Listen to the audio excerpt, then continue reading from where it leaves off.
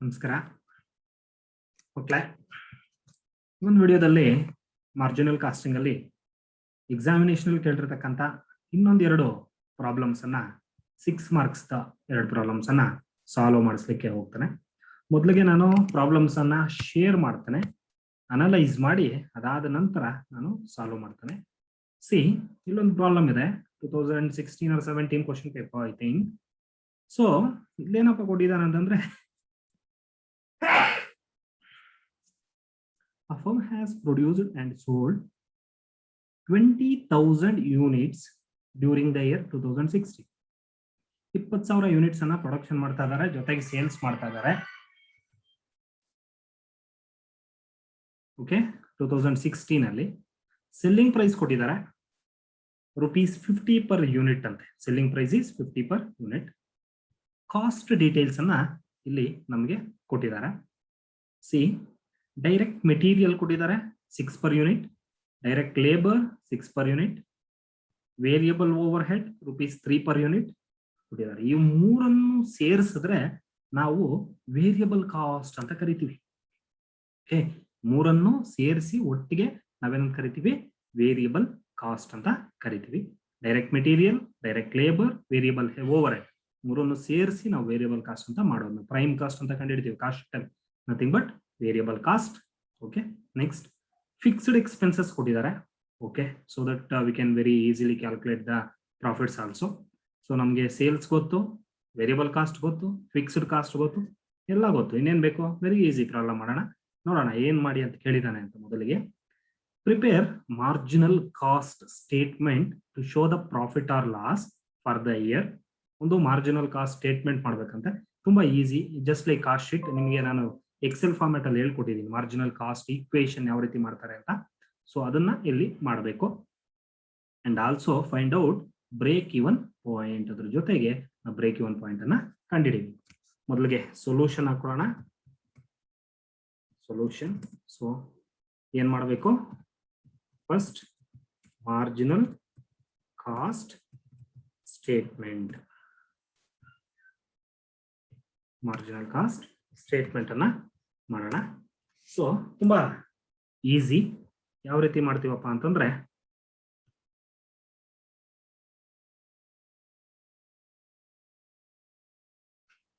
ರೀತಿ ಮೊದಲಿಗೆ ನಮಗೆ ಪರ್ಟಿಕ್ಯುಲರ್ಸ್ ಬರುತ್ತೆ, ಆಮೇಲೆ ಅಮೌಂಟ್ ಹಾಕೊಳ್ಳೋಣ. ತುಂಬಾ simple.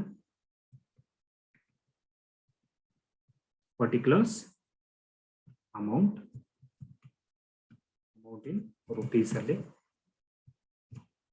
Okay,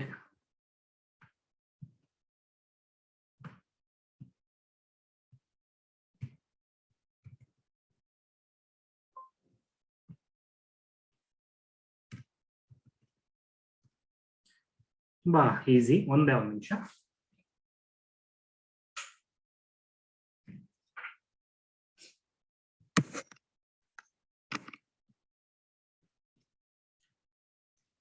okay, so first ನಾವೇನ್ ತಗೋಬೇಕು? ಸೇಲ್ಸ್ ತಗೋಬೇಕು. ಸೇಲ್ಸ್ ತಗೊಳ್ಳೋಣ. ಸೇಲ್ಸ್ ನಮ್ಗೆ ಗೊತ್ತು, ಪ್ರಾಬ್ಲಮ್ ಕೊಟ್ಟಿದ್ದಾನೆ 20,000 ಯೂನಿಟ್ಸ್ ಇಂಟು ಒಂದು ಯೂನಿಟ್ ನ ಬೆಲೆ ಎಷ್ಟು? 50 ರುಪೀಸ್ ಅಂದಾಗ ನಮಗೆ ಎಷ್ಟಾಗುತ್ತೆ? 10 lakhs ಆಗುತ್ತೆ. 10 lakhs ಆಗುತ್ತೆ. ಸೊ ಅದರಲ್ಲಿ ನಾವು ಏನ್ ಲೆಸ್ ಮಾಡ್ಕೋಬೇಕು? Less variable cost. ನಮಗೆ ಇಲ್ಲಿ 3 ವೇರಿಯಬಲ್ ಕಾಸ್ಟ್ ಕೊಟ್ಟಿದ್ದಾನೆ. ಒಂದು ಡೈರೆಕ್ಟ್ ಮೆಟೀರಿಯಲ್.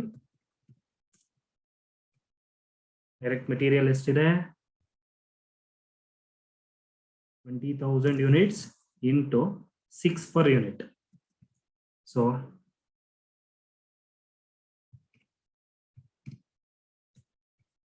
$1,20,000 ಆಗುತ್ತೆ. ಸೊ ಬಿ ಡೈರೆಕ್ಟ್ ಲೇಬರ್ ಕೊಟ್ಟಿದ್ದಾನೆ. ಸೊ ಡೈರೆಕ್ಟ್ ಲೇಬರ್ ಅಷ್ಟೇ ಟೋಟಲ್ 20,000 ಯೂನಿಟ್ಸ್ ಮ್ಯಾನುಫ್ಯಾಕ್ಚರ್ ಆಗ್ತಾ ಇರ್ತದ್ದು. ಅದು ಅಷ್ಟೇ ಪರ್ ಯೂನಿಟ್ ಬಂದು 6 rupees. ಸೊ ಅದನ್ನು ಅಷ್ಟೇ 1,20,000 ಆಗುತ್ತೆ. Next C variable overhead ಕೊಟ್ಟಿದ್ದಾನೆ. So there are 20,000 units into ಎಷ್ಟಿದೆ 3 rupees ಇದೆ.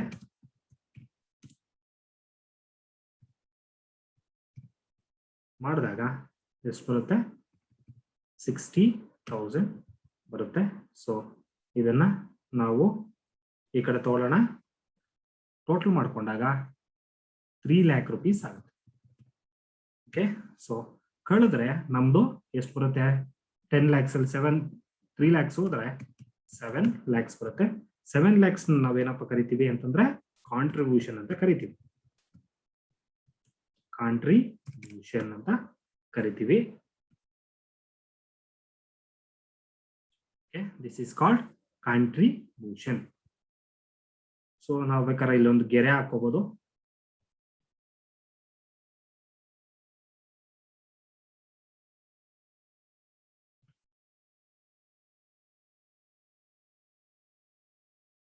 ಓಕೆ, ಕಾಂಟ್ರಿಬ್ಯೂಷನ್ ಅಂತ ಕರಿತೀವಿ. ನೆಕ್ಸ್ಟ್ ಇದರಲ್ಲಿ ಲೆಸ್ ನಮಗೆ ಗೊತ್ತು ಫಿಕ್ಸ್ಡ್ ಕಾಸ್ಟ್ ಕೊಟ್ಟಿದ್ದಾರೆ ಪ್ರಾಬ್ಲಮ್ ಅಲ್ಲಿ. ಎಷ್ಟಿದೆ ಪ್ರಾಬ್ಲಮ್ ಅಲ್ಲಿ ಫಿಕ್ಸ್ಡ್ ಕಾಸ್ಟ್? ಸೊ 3,50,000 ಕೊಟ್ಟಿದ್ದಾರೆ. ಕಳ್ಕೊಳ್ಳೋಣ. 3,50,000 ಕಳೆದಾಗ ನಮ್ಗೆ ಎಷ್ಟಪ್ಪ ಬರುತ್ತೆ? ಸೊ 3,50,000 ಬರುತ್ತೆ. ದಟ್ ಈಸ್ ಪ್ರಾಫಿಟ್ ಅಂತ ಕರಿತೀವಿ. ಏನಂತ ಕರಿತೀವಿ? ಪ್ರಾಫಿಟ್ ಅಂತ ಕರಿತೀವಿ. ಸೊ ಇಲ್ಲಿಗೆ ನಮ್ಮ ಮಾರ್ಜಿನಲ್ ಕಾಸ್ಟ್ ಈಕ್ವೇಶನ್ ಮುಗಿಯುತ್ತೆ. ಇಲ್ಲೊಂದು ಗೆರೆ ನಾವು ಆಸ್ ಯೂಶುವಲ್ ಬೋರ್ಡ್ ಇದ್ರೆ ಚೆನ್ನಾಗಿ ಹಾಕ್ಬೋದು. ಕಂಪ್ಯೂಟರ್ ಅಲ್ಲಿ ಸ್ವಲ್ಪ ಆ ಕಡೆ ಈ ಕಡೆ ಹೋಗುತ್ತೆ, ತೊಂದರೆ ಇಲ್ಲ. ಸೊ ಇಷ್ಟು ನಮ್ಮ ಮಾರ್ಜಿನಲ್ ಕಾಸ್ಟ್ ಈಕ್ವೇಶನ್. ಇಷ್ಟೇ. Okay, this is marginal cost equation. ತುಂಬಾ ಈಸಿ. ಆಸ್ ಯೂಶುವಲ್ ಸೇಲ್ಸ್ ತಗೋತೀವಿ, ಅದರಲ್ಲಿ ವೇರಿಯಬಲ್ ಕಾಸ್ಟ್ ಲೆಸ್ ಮಾಡ್ಕೋತೀವಿ, ಕಾಂಟ್ರಿಬ್ಯೂಷನ್ ಬರುತ್ತೆ. ಫಿಕ್ಸ್ಡ್ ಕಾಸ್ಟ್ ಲೆಸ್ ಮಾಡ್ಕೊಂಡ್ರೆ ಪ್ರಾಫಿಟ್ ಬರುತ್ತೆ. ಸೊ ದಿಸ್ ಈಸ್ ಯಾವ ವರ್ಷದ್ದು? 2016 profit statement or marginal cost statement. ಇದನ್ನೇ ನಿಮ್ಗೆ ಕೇಳಿರೋದಿಲ್ಲ ನೋಡಿ. Prepare marginal cost statement to show the profit or loss. Profit ಬಂದಿದೆ, ತೋರಿಸಿದೀವಿ. ನೆಕ್ಸ್ಟ್ ಬ್ರೇಕ್ ಇವನ್ ಪಾಯಿಂಟ್ ಅನ್ನ ಕಂಡುಹಿಡಿಬೇಕು. ಇದರ ಜೊತೆಗೆ ನಾವೇನ್ ಕಂಡುಹಿಡಿಬೇಕು? ಬ್ರೇಕ್ ಇವನ್ ಪಾಯಿಂಟ್ ಅನ್ನ ಕಂಡುಹಿಡಿಬೇಕು. ಸೊ ಮಾಡೋಣ. ಬ್ರೇಕ್ ಇವನ್ ಪಾಯಿಂಟ್ ಬಾ ಈಸಿ ಆಗಿರುತ್ತೆ. ಬ್ರೇಕ್ ಇವನ್ ಪಾಯಿಂಟ್ ಫಸ್ಟ್ ಅವನೇನು ಹೇಳ್ದೆ ಇರೋದ್ರಿಂದ ಯೂನಿಟ್ಸ್ ಆಸ್ ವೆಲ್ ಆಸ್ ಇದರಲ್ಲಿ ಕಂಡುಹಿಡಿಯೋಣ. ಯೂನಿಟ್ಸ್ ಅಲ್ಲಿ ಮಾಡ್ಬೇಕಾದ್ರೆ ಆಸ್ ವೆಲ್ ಆಸ್ ರುಪೀಸ್ ಅಲ್ಲಿ ಕಂಡುಹಿಡಿಯೋಣ. Fixed cost divided by contribution. ಹೌದಾ? Fixed cost divided by contribution ಮಾಡಿದ್ರೆ ನಮಗೆ ಸಿಗುತ್ತೆ. ನಮಗೆ ಗೊತ್ತು ಫಿಕ್ಸ್ಡ್ ಕಾಸ್ಟ್ ಎಷ್ಟಿದೆ? 3,50,000 ಕೊಟ್ಟಿದ್ದಾರೆ. Divided by contribution. ಕಾಂಟ್ರಿಬ್ಯೂಷನ್ ಹೇಗೆ ಬರುತ್ತೆ? Sales minus variable cost. ಇಲ್ಲಿ ಪರ್ ಯೂನಿಟ್ ಅನ್ನು ನಾವು ತಗೋಬೇಕು. Contribution per unit. ಆವಾಗ ನಾವು ಇಲ್ಲಿ ಯೂನಿಟ್ಸ್ ಅನ್ನ ಕ್ಯಾಲ್ಕುಲೇಟ್ ಮಾಡಬಹುದು. ಸೊ ಕಾಂಟ್ರಿಬ್ಯೂಷನ್ ಯಾವ ರೀತಿ ಮಾಡ್ಬೇಕಪ್ಪ ಅಂತಂದ್ರೆ ಇಲ್ಲಿ ಇದು ಮಾಡ್ಕೊಂಡಾಗ ನಿಮ್ಗೆ ಕನ್ಫ್ಯೂಸ್ ಆಗುತ್ತೆ. ಸೊ ಕಾಂಟ್ರಿಬ್ಯೂಷನ್ ಪರ್ ಯೂನಿಟ್ ಯಾವ ರೀತಿ ಕ್ಯಾಲ್ಕುಲೇಟ್ ಮಾಡಬೇಕು ನೋಡಿ. Selling price per unit minus okay minus variable cost per unit ಮಾಡಿದಾಗ ನಮಗೆ ಸಿಗುತ್ತೆ. ಸೆಲ್ಲಿಂಗ್ ಪ್ರೈಸ್ ಪರ್ ಯೂನಿಟ್ ನಮಗೆ ಪ್ರಾಬ್ಲಮ್ ಅಲ್ಲಿ ಇದೆ ಗೊತ್ತು. 50 rupees ಕೊಟ್ಟಿದ್ದಾನೆ. ಸೊ 50 ಮೈನಸ್ ನಮಗೆ ಇದು ಬಂದ್ಬಿಟ್ಟು ವೇರಿಯಬಲ್ ಕಾಸ್ಟ್ 3 ಇದೆ. ಡೈರೆಕ್ಟ್ ಮೆಟೀರಿಯಲ್ ಇದೆ, ಲೇಬರ್ ಇದೆ, ವೇರಿಯಬಲ್ ಓವರ್ ಇದೆ. Material 6 rupees, direct labour 6 rupees, variable over 3 rupees. So 6 plus 6 plus 3. So is equal to 50 minus 15 ಮಾಡಿದಾಗ ನಮಗೆ ಸಿಗುತ್ತೆ. ಸೊ ಎಷ್ಟು ಸಿಗುತ್ತೆ? 35 rupees is the contribution. ಅದನ್ನ ಪರ್ ಯೂನಿಟ್ ಅಲ್ಲಿ ಹಾಕೋಣ. ಎಷ್ಟು? 35 ಮಾಡಿದಾಗ ನಮಗೆ ಎಷ್ಟು ಬರುತ್ತೆ? 10,000 units is the BEP sales. BEP sales ಬಂದು 10,000 units ಬರುತ್ತೆ. ನೆಕ್ಸ್ಟ್ ನಮಗೆ BEP ಇನ್ ರುಪೀಸ್ ಅಲ್ಲಿ ಬೇಕು. ಸೊ ತುಂಬಾ ಈಸಿ ಕಂಡುಹಿಡಿಯೋದು. ಅದನ್ನ ನೋಡಿ ಈ ತರನು ಕಂಡುಹಿಡಿಬಹುದು. BEP units into selling price ಮಾಡ್ಕೋಬಹುದು. ಸೊ 10,000 ಯೂನಿಟ್ಸ್ ಕಂಡುಹಿಡಿದಿದ್ದೀವಿ. ಸೆಲ್ಲಿಂಗ್ ಪ್ರೈಸ್ ಗೊತ್ತು 50 rupees ಮಾಡಿದಾಗ 5 lakhs ಬರುತ್ತೆ. ಅಥವಾ ಇನ್ನೂ ಒಂದು ಫಾರ್ಮುಲಾ ನೀವು ಇಲ್ಲಿ ಯೂಸ್ ಮಾಡ್ಕೋಬಹುದು. ಫಾರ್ಮುಲಾ ಏನಪ್ಪಾ ಅಂತಂದ್ರೆ, ನೀವು PV ರೇಷಿಯೋ ಕಂಡುಹಿಡ್ಕೊಂಡು ಅದರ ಬೇಸಿಸ್ ಮೇಲೆ ಆದ್ರೂ ಮಾಡ್ಬೋದು. ಸೊ ನಿಮಗೆ PV ರೇಷಿಯೋ ಏನೋ ಅವಶ್ಯಕತೆ ಇಲ್ಲ ಅಂತಂದಾಗ ಆಟೋಮೆಟಿಕ್ ಆಗಿ ನೀವು ನೋಡಿ ಸೆಲ್ಲಿಂಗ್ ಈ ತರ fixed cost divided by contribution into selling price ಮಾಡ್ಕೋಬಹುದು. ಸೇಮ್ ಅವಾಗ ಮಾಡಿದಾಗ್ಲೂ ನಿಮಗೆ 50,000 rupees ಬರುತ್ತೆ. So this is how you are going to calculate break even point with the help of marginal cost statement. ಇದು ಈ ಪ್ರಾಬ್ಲಮ್ ತುಂಬಾ ಈಸಿ. 6 ಅಂಕಗಳಿಗೆ 6 marks question. ಇದು ತುಂಬಾ ಸಲ ಕೇಳಿದ್ದಾರೆ. ತುಂಬಾ ಈಸಿಯಾಗಿ ಮಾಡ್ಬೋದು, ಕನ್ಫ್ಯೂಷನ್ ಆಗೋಕೆ ಹೋಗ್ಬೇಡಿ. ಸೊ ಇಲ್ಲಿಗೆ ಈ ಪ್ರಾಬ್ಲಮ್ ಮುಗೀತು. ಇದ್ರ ಜೊತೆಗೆ ನಾನು ಈ ಒಂದು ಸೆಷನ್ ಅಲ್ಲಿ ಇನ್ನೊಂದು ಪ್ರಾಬ್ಲಮ್ ಅನ್ನ ಮಾಡ್ಲಿಕ್ಕೆ ಹೋಗ್ತಾನೆ. ಸೊ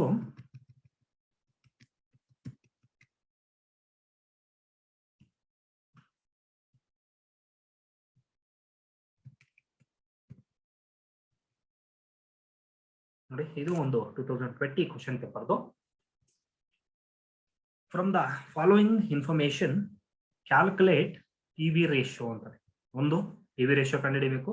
ಎರಡನೇದು ಫಿಕ್ಸ್ಡ್ ಕಾಸ್ಟ್ ಕಂಡುಹಿಡಿಬೇಕು. ನೀವು ಇನ್ನೊಂದೇನು ಕಂಡುಹಿಡಿಬೇಕು? ಫಿಕ್ಸ್ಡ್ ಕಾಸ್ಟ್ ಕಂಡುಹಿಡಿಬೇಕು. ಅದಾದ್ಮೇಲೆ sales volume to earn a profit of 40,000 ಅಂದ್ರೆ ಡಿಸೈರ್ಡ್ ಸೇಲ್ಸ್ ಅಂತ. ಇದ್ರ ಫಾರ್ಮುಲಾನು ನಾನು ನಿಮಗೆ ಥಿಯರಿಲಿ ಕೊಟ್ಟಿದ್ದೇನೆ. ಸೊ ಮೂರನ್ನ ಕಂಡುಹಿಡಿಬೇಕು. ನಿಮ್ಗೆ ಏನೇನು ಕೊಟ್ಟಿದ್ದಾನೆ? ಸೇಲ್ಸ್ ಕೊಟ್ಟಿದ್ದಾನೆ, ಪ್ರಾಫಿಟ್ ಕೊಟ್ಟಿದ್ದಾನೆ, ವೇರಿಯಬಲ್ ಕಾಸ್ಟ್ ಅಮೌಂಟ್ ಕೊಟ್ಟಿಲ್ಲ. Instead has given 70%. 70% of sales ಇರುತ್ತೆ.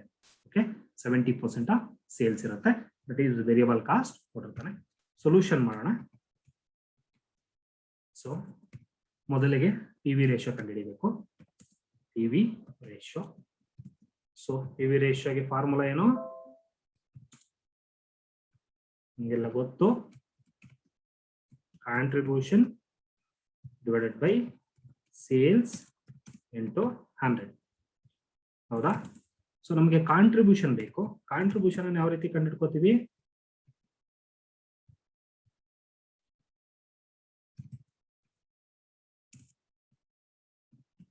ಕಾಂಟ್ರಿಬ್ಯೂಷನ್ ಕಂಡುಹಿಡಿಬೇಕು. ಕಾಂಟ್ರಿಬ್ಯೂಷನ್ ಯಾವ ರೀತಿ? ಸೇಲ್ಸ್ ಮೈನಸ್ ವೇರಿಯಬಲ್ ಕಾಸ್ಟ್ ಮಾಡಿದಾಗ ನಮಗೆ ಕಾಂಟ್ರಿಬ್ಯೂಷನ್ ಸಿಗುತ್ತೆ. ಸೇಲ್ಸ್ ಗೊತ್ತು 1 lakh ಮೈನಸ್ ವೇರಿಯಬಲ್ ಕಾಸ್ಟ್ ಎಷ್ಟು ಅಂತಾನೆ? 70% ಅಂತಾನೆ. 70% ಆಫ್ ಸೇಲ್ಸ್ ಅದರಂತ. ಸೊ 1 ಲಕ್ಷಕ್ಕೆ 70% ಅಂತಂದಾಗ ಎಷ್ಟಾಗುತ್ತೆ? 70,000 ಆಗುತ್ತೆ. ಸೊ ಮಾಡಿದಾಗ ನಮಗೆ ವೇರಿಯಬಲ್ ಕಾಸ್ಟ್ ಸಿಗುತ್ತೆ 30,000. ಓಕೆ, 30,000. ಸೊ ನಮಗೆ ಕಾಂಟ್ರಿಬ್ಯೂಷನ್ ಸಿಕ್ತು. ಎಷ್ಟು ಸಿಕ್ತು? 30,000. That is not a variable cost, that is a contribution divided by sales ಗೊತ್ತು 1 lakh into 100. So is equal to ಎಷ್ಟು ಬರುತ್ತೆ? 30% ಬರುತ್ತೆ. ಏನು ನಮ್ಮ ಈ ಒಂದು ವೇರಿಯಬಲ್ ಕಾಸ್ಟ್ ಅಥವಾ PV ರೇಷಿಯೋ 30% ಬರುತ್ತೆ. ಸೊ ಇದ್ರ ಜೊತೆಗೆ ಎರಡನೇದು ಏನು ಕಂಡುಹಿಡಿಬೇಕು? ನಾವು ಫಿಕ್ಸ್ಡ್ ಕಾಸ್ಟ್ ಕಂಡುಹಿಡಿಬೇಕು. Fixed cost. ಸೊ ನಮಗೆಲ್ಲ ಗೊತ್ತು ಕಾಂಟ್ರಿಬ್ಯೂಷನ್ಗೆ 2-3 ಫಾರ್ಮುಲಾ ಇದೆ.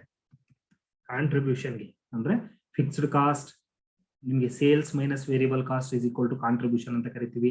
ಅದರ ಜೊತೆಗೆ fixed cost plus profit is equal to contribution ಅಂತ ಕರಿತೀವಿ. Fixed cost minus loss is equal to contribution ಅಂತ ಕರಿತೀವಿ. ಬಟ್ ಈ ಪ್ರಾಬ್ಲಮ್ ಅಲ್ಲಿ ನಮಗೆ contribution is equal to fixed cost plus profit. ಇದು ಒಂದು ಫಾರ್ಮುಲಾ ಫಿಕ್ಸ್ಡ್ ಕಾಸ್ಟ್ ಕಂಡುಹಿಡಿಯಲಿಕ್ಕೆ. ಹೌದಾ? ಸೊ ಈ ಫಾರ್ಮುಲಾ ಹೆಲ್ಪ್ ಇಂದ ನಾವು ಫಿಕ್ಸ್ಡ್ ಕಾಸ್ಟ್ ಅನ್ನ ಕಂಡುಹಿಡಿತೀವಿ. ಸೊ ಈ ಫಾರ್ಮುಲಾ ಅಲ್ಲಿ ನಮಗೆ ಫಿಕ್ಸ್ಡ್ ಕಾಸ್ಟ್ ಬೇಕಾದ್ರೆ ನೋಡಿ, ಫಿಕ್ಸ್ಡ್ ಕಾಸ್ಟ್ ಬೇಕಾಗಿರೋದು ಇಲ್ಲೇ ಒಂದ್ ಸೈಡ್ಗೆ ಇಟ್ಕೊಳ್ಳಿ. ಈ ಕಡೆ ಇರ್ತಕ್ಕಂಥ ಕಾಂಟ್ರಿಬ್ಯೂಷನ್ ಅಲ್ಲೇ ಇರುತ್ತೆ, ಕಾಂಟ್ರಿಬ್ಯೂಷನ್. ಸೊ ಫಿಕ್ಸ್ಡ್ ಕಾಸ್ಟ್ ಜೊತೆ ಇರ್ತಕ್ಕಂಥ ಪ್ರಾಫಿಟ್ ಈ ಕಡೆ ಬಂದಾಗ ಏನಾಗುತ್ತೆ? ಮೈನಸ್ ಆಗುತ್ತೆ. ಪ್ರಾಫಿಟ್ ಏನಾಗುತ್ತೆ? ಮೈನಸ್ ಆಗುತ್ತೆ. ಸೊ ಕಾಂಟ್ರಿಬ್ಯೂಷನ್ ನಮ್ಗೆಲ್ಲ ಗೊತ್ತು.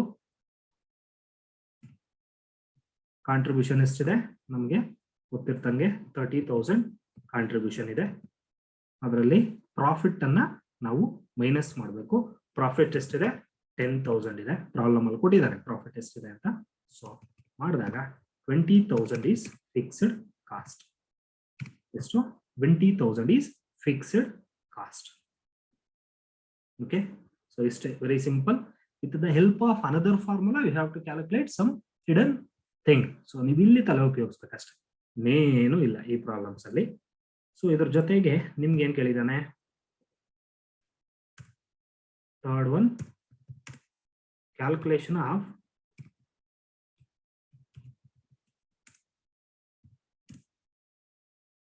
sales to earn a profit of rupees 40,000. 40,000 profit earn ಮಾಡಬೇಕಾದ್ರೆ ನಮ್ಮ ಸೇಲ್ಸ್ ಎಷ್ಟಿರಬೇಕು, ಹೌದಾ? ಸೊ 40,000 ಪ್ರಾಫಿಟ್ಸ್ ಅನ್ನ ನಾವು ಅರ್ನ್ ಮಾಡಬೇಕಾದ್ರೆ ನಮ್ಮ ಸೇಲ್ಸ್ ಎಷ್ಟಿರಬೇಕು ಅಂತ. ಸೊ ಇದಕ್ಕೆ ನಾನು ನಿಮ್ಗೆ ಆಲ್ರೆಡಿ ಹೇಳಿದ್ದೀನಿ. ಸೊ ಇಲ್ಲಿ ಫಾರ್ಮುಲಾ ಬರುತ್ತೆ, ನಿಮ್ಮ ಮಾಸ್ಟರ್ ಟೇಬಲ್ಗೆ ಹೋದ ತಕ್ಷಣ ನಿಮ್ಗೆ ಫಾರ್ಮುಲಾ ಸಿಗುತ್ತೆ. Calculation of sales to earn desired profit. ನಮಗೆ ರುಪೀಸ್ ಅಲ್ಲೇ ಕೇಳಿರೋದು, ಸೊ ಕೇಳಿರೋದ್ರಿಂದ ರುಪೀಸ್ ಅಲ್ಲಿ ಬೇಕಾದ್ರೆ ಯಾವ ರೀತಿ ಮಾಡಬೇಕು, ಸಿ ಫಾರ್ಮುಲಾ ಇದೆ, fixed cost plus profit divided by P V ratio. So ಅದನ್ನ ತಗೊಂಬಂದಿಲ್ಲ ಕಣ.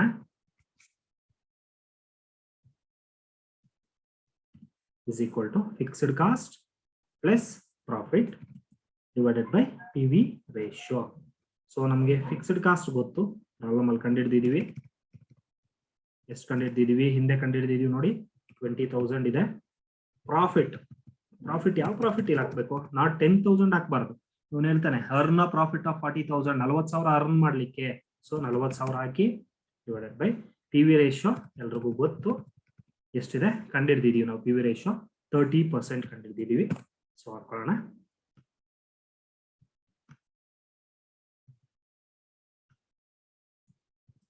ಸೊ 20,000 ಪ್ಲಸ್ 40,000, ಹೌದಾ? 20,000 ಪ್ಲಸ್ 40,000 ಈಸ್ ಈಕ್ವಲ್ ಟು 60,000 ಆಗುತ್ತೆ. 60,000 ಡಿವೈಡೆಡ್ ಬೈ 30%. ಈ ಕಡೆ ಬಂದಾಗ ಏನಾಗುತ್ತೆ, 100, 30 ಪಕ್ಕದಲ್ಲಿರೋ 100 ಮೇಲೆ ಹೋಗುತ್ತೆ, 30% ಆಗುತ್ತೆ. So is equal to 60 lakhs divided by 30 ಆಗುತ್ತೆ. ಸೊ ಸಿಂಪಲ್ ನೋಡಿ, 60,000 into 100 divided by 30 ಮಾಡಿದಾಗ ನಮಗೆ 2 lakhs ಬರುತ್ತೆ. So this is sales. ನೀವು 2 ಲಕ್ಷ ಸೇಲ್ ಮಾಡಿದಾಗ ನಿಮಗೆ ಪ್ರಾಫಿಟ್ ಎಷ್ಟು ಬರುತ್ತೆ, 40,000 ಪ್ರಾಫಿಟ್ ಬರುತ್ತೆ. ಸೊ ಇದನ್ನ ಬೇಕಾದ್ರೆ ಕ್ರಾಸ್ ವೆರಿಫಿಕೇಶನ್ ಮಾಡ್ಕೋಬಹುದು. ಸೊ 2 ಲಕ್ಷ ಸೇಲ್ ಮಾಡಿದಾಗ ನಮ್ಮ ವೇರಿಯಬಲ್ ಕಾಸ್ಟ್ ಎಷ್ಟಾಗುತ್ತೆ, 70%. 2 lakhsಗೆ 70% ವೇರಿಯಬಲ್ ಕಾಸ್ಟ್ ಅಂತಂದಾಗ 1,40,000 ಆಗುತ್ತೆ. 2 lakhs ಅಲ್ಲಿ 1,40,000 ಹೋದ್ರೆ ಕಾಂಟ್ರಿಬ್ಯೂಷನ್ ಎಷ್ಟಿರುತ್ತೆ, 60,000 ಸಿಗುತ್ತೆ. 60,000 ಅಲ್ಲಿ 20,000 rupees ನಿಮ್ಮ ಇದು ಹೋದ್ರೆ fixed cost. Okay, so 60,000 contribution, ಅದ್ರಲ್ಲಿ 20,000 ಫಿಕ್ಸ್ಡ್ ಕಾಸ್ಟ್ ಹೋದ್ರೆ ನಿಮಗೆ 40,000 ಪ್ರಾಫಿಟ್ ಸಿಗುತ್ತೆ. ಸೊ ಈ ರೀತಿ ಬೇಕಾದ್ರೆ ನೀವು ಇದನ್ನ ಕ್ರಾಸ್ ವೆರಿಫಿಕೇಶನ್ ಮಾಡ್ಕೋಬಹುದು. ಸೊ ನೀವು ಇಷ್ಟು ಮಾಡಿದ್ರೆ ಸಾಕು, ನಿಮಗೆ 6 marks ಅಲಾಟ್ ಆಗುತ್ತೆ. ತುಂಬಾ ಈಸಿ ಇರ್ತವೆ problems, dead easy. But application of formula on time is very important. So ಇಷ್ಟು ಮಾಡಿದ್ರೆ ಆಟೋಮೆಟಿಕ್ ಆಗಿ ನೀವು 6 ಅಂಕ ಗಳಿಸಬಹುದು. ಸೊ ಇಷ್ಟು ಈ ಫಾರ್ಮುಲಾಸ್. ನೆಕ್ಸ್ಟ್ ಕ್ಲಾಸ್ ಅಲ್ಲಿ ನಾನು 14 marks ಪ್ರಾಬ್ಲಮ್ಸ್ ಅನ್ನ ಸಾಲ್ವ್ ಮಾಡ್ಲಿಕ್ಕೆ ಹೋಗ್ತಾನೆ. ಸೊ ಇಲ್ಲಿಗೆ ಈ ಸೆಷನ್ ಅನ್ನ ಎಂಡ್ ಮಾಡ್ತಾ ಇದ್ದೇನೆ. Thank you.